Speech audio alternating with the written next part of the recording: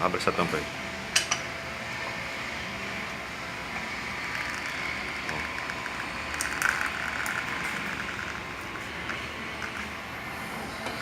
Muita água dentro da caixa de direção.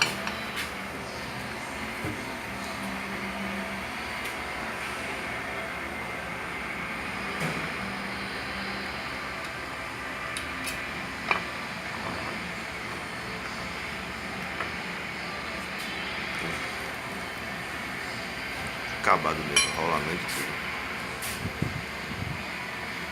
Caixa de direção da S10 2017 com infiltração d'água. Vamos resolver esse problema aí.